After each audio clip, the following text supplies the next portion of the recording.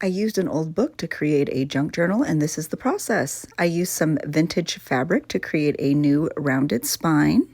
I also added floral cardstock to the inside cover. And on the next slide, we used a vintage image from a vintage Bambi book to put onto the cover, and we added some daisies.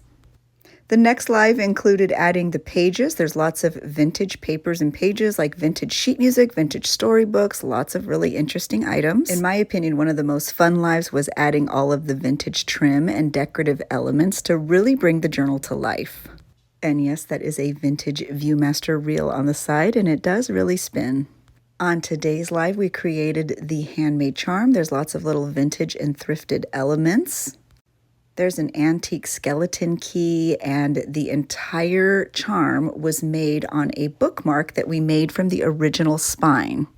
If you wanted to see this complete tutorial, you can head on over to my Patreon. All of them are listed there in a playlist. Let me know what you think, and thanks for watching.